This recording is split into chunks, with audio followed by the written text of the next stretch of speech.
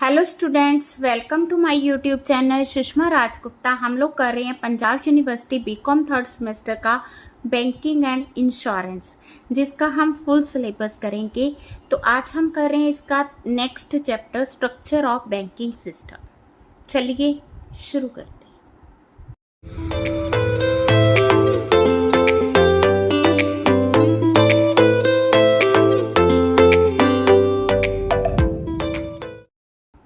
हाँ जी, बैंक्स का किसी भी कंट्री की इकोनॉमिक डेवलपमेंट में बहुत इंपॉर्टेंट रोल है। जैसे जैसे इकोनॉमिक डेवलपमेंट होती है वैसे ही बैंकिंग ऑर्गेनाइजेशन की ग्रोथ भी होती है, और डेवलपमेंट के साथ ही बैंकिंग सिस्टम में भी डिफरेंस आता है। तो हर एक कंट्री का अपना बैंकिंग सिस्टम है, ठीक है। तो बैंकिंग सिस्टम को आज आगे डिफाइन किया गया। जब हम स्ट्रक्चर ऑफ बैंकिंग सिस्टम की बात करते हैं तो इसमें unit banking, branch banking, chain banking, group banking, correspondence और यूनिवर्सल बैंकिंग आती है। तो सबसे पहले हम कर रहे हैं यूनिट बैंकिंग। यूनिट बैंकिंग एक बैंकिंग सिस्टम का पार्ट है, ठीक है, जो कि एक स्पेसिफाइड एरिया में काम करता है। ज़्यादातर ये स्मॉल एरियाज में काम करते हैं, और जितने भी बैंक की एक्टिविटीज़ है वो सिंगल ऑफिस के थ्रू होती हैं, ठीक है। तो यूनिट बैंकिंग को लोकलाइज्ड बैंकिंग भी कहते हैं। जैसा कि इसके नाम से ही पता चलता है, ये छोटे एरिया में की जाती है और इसकी कोई ब्रांच नहीं होती। जो काम करना है इसने खुद ही करना है, ठीक है। तो यूनिट बैंकिंग का एडवांटेज क्या है, फ़ायदा क्या है राजियो? इसका फ़ायदा है कि क्योंकि यूनिट बैंक होता है, सिंगल ऑफिस होता है, उसकी मैनेजमेंट अच्छी होती है। दूसरा, जो यूनिट बैंकिंग है वो लोकलाइज्ड बैंकिंग है, लोकल नीड्स को पूरा करती है। तीसरा, वो इनएफिशिएंसी जो बैंक है वो ख़त्म हो जाता है, क्योंकि यूनिट बैंकिंग है वहाँ के लोगों की ज़रूरतों के अकॉर्डिंग काम करती है। इससे मोनोपली भी नहीं होती। हाँ जी, क्योंकि यूनिट बैंकिंग है, लोकलाइज्ड बैंकिंग है, तो किसी भी काम में कोई डिले नहीं होती। तो यूनिट बैंक अगर फेल भी हो जाता है तो इससे किसी इकॉनमी को, बैंकिंग सिस्टम को कोई इफ़ेक्ट नहीं पड़ता। यूनिट बैंक जो है बैलेंस ग्रोथ में भी मदद करती है। अब इसका नुकसान क्या है? क्योंकि यूनिट बैंकिंग है, सिंगल बैंक है, छोटी ब्रांच है, तो इसमें स्पेशलाइजेशन नहीं हो सकती। तो कहीं ना कहीं स्पेशलाइजेशन की कमी रहती है। देन हायर रेमिटेंस कॉस्ट, एक जगह से दूसरी जगह मनी सेंड करने का कॉस्ट भी बहुत ज़्यादा आता है, ठीक है। देन जो है no geographical distributed risk, local based है तो जोग्राफिकल डिस्ट्रीब्यूशन हो ही नहीं सकता।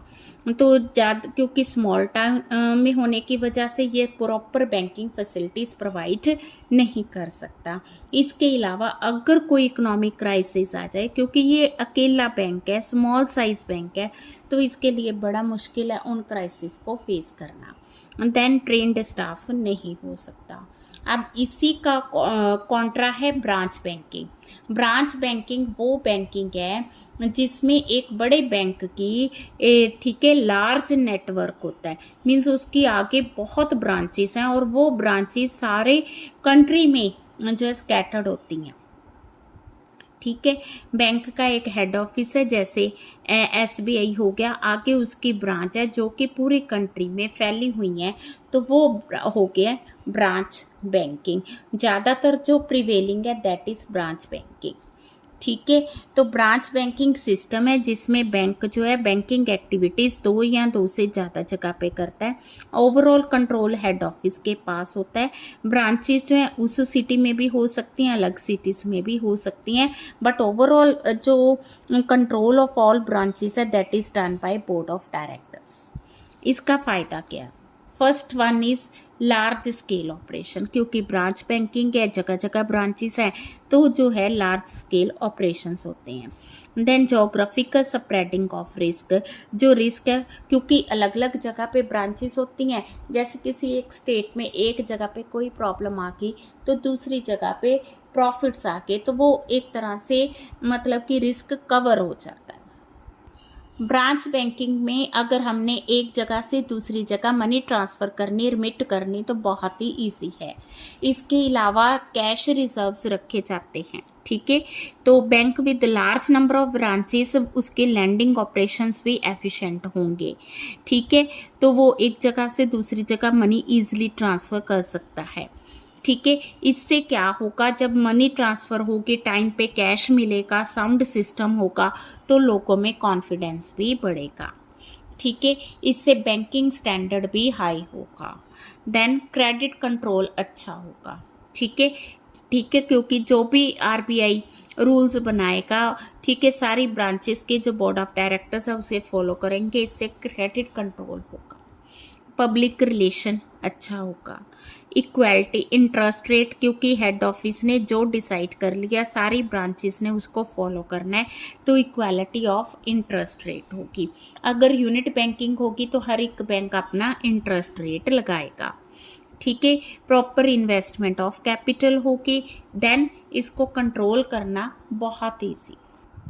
हाँ जी, क्योंकि ब्रांच बैंकिंग है, काफ़ी ब्रांचेस हैं, तो ब्रांच मैनेजर्स जो है प्रोफेशनली क्वालिफाइड होंगे, तो वो अंडरस्टैंड कर सकते हैं कॉम्प्लेक्स सिचुएशंस को और सॉल्व कर सकते हैं। इससे बैंकिंग सर्विसेज जो है एक्सपेंड करेंगी। इसका जो लिंक है पूरे कंट्री के साथ होगा। ना नुकसान क्या है इसका, सबसे पहले क्योंकि ब्रांचेस सेटअप करनी इजी नहीं है, तो इसके लिए ये बहुत ज़्यादा एक्सपेंसिव पड़ता है। मैनेजमेंट को मैनेज करना कई बार मुश्किल हो जाता है, इतनी ब्रांचेस हैं। किसी एक बैंक की एग्जांपल ले लो, जैसे एसबीआई की ले लो, तो उन सब ब्रांचेस को हम कह सकते हैं कि कंट्रोल करना मुश्किल है, मैनेज करना मुश्किल है, ठीक है। देन एनकरेजमेंट टू मोनोपली, क्योंकि एक ही बैंक का उसकी जो ब्रांचेस है ऑल ओवर कंट्री फैली हुई हैं, तो उनकी मोनोपली भी हो सकती है। लैक ऑफ इनिशिएटिव, तो क्योंकि उनकी ऑलरेडी ब्रांचेस सेटअप है, तो जो ब्रांच मैनेजर है उसके पास लिमिटेड पावर्स होती हैं, सारा कंट्रोल जो हेड ऑफिस के पास होता है, तो उसको कोई इनिशिएटिव नहीं लगता कि मैं ये काम करूँ ना करूँ। कई ब्रांचेज जो है लॉसेस पे भी काम करती रहती हैं, इवन उनको कंटिन्यू किया जाता है। रीजनल इम्बैलेंसेस भी क्रिएट होते हैं। हाँ जी, जो चेन बैंकिंग सिस्टम है इसमें क्या है कि कुछ इंडिविजुअल या ग्रुप ऑफ इंडिविजुअल वो दो या दो से ज़्यादा बैंक्स को कंट्रोल करते हैं। कैसे कंट्रोल कैसे करते हैं, वो उन बैंक्स के बल्क ऑफ शेयर्स परचेज करते हैं, ठीक है। कहने का मतलब ये है कि जिनके शेयर्स वो परचेज करते हैं उन बैंक्स की अपनी आइडेंटिटी बनी रहती है, ठीक है। बट ओवरऑल कंट्रोल किसके पास है, जो इनके शेयर्स को खरीदता है, ठीक है। तो चेन बैंकिंग में कॉमन कंट्रोल जो है that is control by any device other than a holding company, उसे हम होल्डिंग कंपनी नहीं कहेंगे।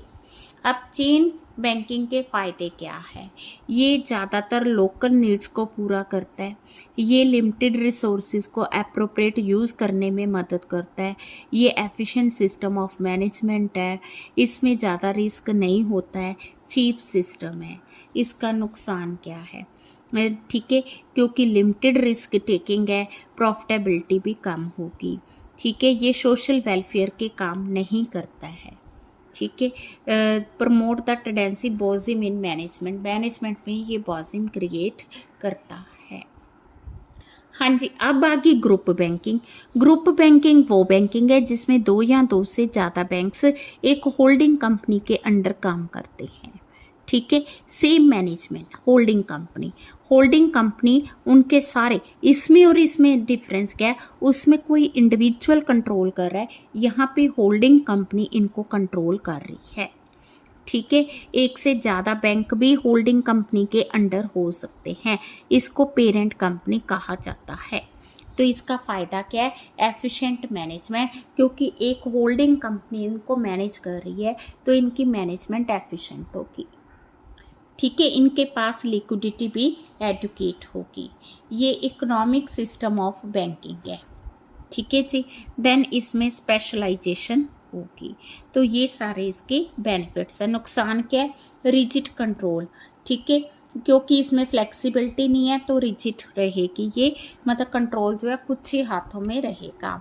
मोबिलिटी ऑफ फंड्स भी कम होगी और इसकी ज़्यादा ब्रांचेस भी नहीं होंगी। हाँ जी, नेक्स्ट है कॉरस्पॉन्डेंट बैंकिंग, जिसमें जो स्मॉल बैंक्स होते हैं ना, जो लोकल कम्युनिटीज़ में काम करते हैं, वो क्या करते हैं, वो मनी डिपॉजिट करवाते हैं इन द लार्ज बैंक्स, जिसके बदले में वो कुछ सर्विसेज भी लेते हैं। हाँ जी, इनका मेन काम क्या है कि जो सेंट्रल बैंक है वहाँ से करेंसी और कॉइन्स को प्रोक्यूर करना और स्मॉलर बैंक्स में डिस्ट्रीब्यूट करना। इसके अलावा ये जो मेंबर बैंक्स हैं उनकी चेक्स की क्लियरिंग और कलेक्शन करते हैं। इसके अलावा जो मेंबर बैंक्स हैं उनकी डोमेस्टिक और फॉरेन पेमेंट्स में भी मदद करते हैं। इसके अलावा ये एजेंसी फंक्शंस को पूरा करते हैं। इसका फ़ायदा क्या है, इसके जितने भी मेंबर बैंक्स हैं उनकी आइडेंटिटी सेम रहती है, ठीक है, वो एक दूसरे के साथ रिलेटेड होते हैं। जितने भी रिसोर्सेज हैं उनको ऑप्टिमली यूज़ किया जाता है, ठीक है। जो एक्सपर्ट सर्विसेज हैं वो भी पॉसिबल होती है, मींस इसमें भी हम एक्सपर्ट सर्विसेज ले सकते हैं। नुकसान क्या है कि रिसोर्सेज सेम है क्योंकि स्मॉल साइज़ के है, ठीक है। इसके अलावा जो स्मॉल बैंक्स हैं उनको लार्ज बैंक्स पे डिपेंडेंट होना पड़ता है क्योंकि वो अपने सारे डिपॉजिट वहाँ पे रखते हैं। यूनिवर्सल बैंकिंग क्या है? Universal banking we can say कि super store of financial product है, ठीक है। इसमें क्या है कि जो बैंक है ना वो मतलब एक बड़े लेवल पे बैंक है, लार्ज बैंक है, ठीक है। वो सारी एक्टिविटीज़ करता है, जैसे बैंकिंग, फाइनेंसिंग और रिलेटेड एक्टिविटी जो भी फाइनेंसिंग के रिलेटेड है। तो ये एक बड़ा बैंक ही ये काम कर सकता है क्योंकि उसके आगे पार्ट्स होते हैं, उन पार्ट्स में ये काम किया जाता है, समझ के। यूनिवर्सल बैंकिंग जो है वो बैंकिंग एक्टिविटीज़ करता है। ये कमर्शियल और इन्वेस्टमेंट बैंक दोनों का काम करता है। ये फुल सर्विस फाइनेंशियल फर्म कहा जाता है, फुल सर्विस इन्वेस्टमेंट बैंक कहा जाता है क्योंकि ये हमें एसेट मैनेजमेंट, ट्रेडिंग और अंडरराइटिंग सारी फैसिलिटीज़ प्रोवाइड करता है। Banks of a very large tend to function as universal. ज़्यादातर जो बड़े साइज़ के बैंक है वो ये सारे काम करते ही करते हैं और उनकी आगे ब्रांचेस भी होती हैं। इसका फ़ायदा क्या है? इकोनॉमीज ऑफ स्केल है क्योंकि वो एक ही रूफ के अंडर सारा काम कर रहा है तो इकोनॉमीज ऑफ स्केल मिलेंगी। प्रॉफिटेबल डाइवर्जन होगी, ठीक है। रिसोर्सेज प्रॉपर यूटिलाइज होंगे, जितनी भी सर्विसेज हैं ईजी मार्केटिंग होगी, वन स्टॉप उनकी शॉपिंग होगी। नुकसान क्या है, डिसएडवांटेज क्या है? ये लॉन्ग टर्म लैंडिंग में इसका कोई एक्सपर्टाइज नहीं होता। कई बार जो है ये सर्विसेज तो प्रोवाइड कर देते हैं बट उसका रिटर्न नहीं आता, नॉन परफॉर्मिंग एसेट्स की प्रॉब्लम आती है, ठीक है जी। ये था हमारा chapter structure of banking system. Next chapter हम करेंगे reserve bank of India and it's functions, ठीक है। वीडियो अच्छी लगी वीडियो को लाइक करें, चैनल को अभी तक नहीं सब्सक्राइब किया ज़रूर सब्सक्राइब करें। अगर आप किसी सब्जेक्ट में पेड कोचिंग लेना चाहते हैं तो आप मुझे इस नंबर पे कांटेक्ट करें। थैंक यू हमेशा।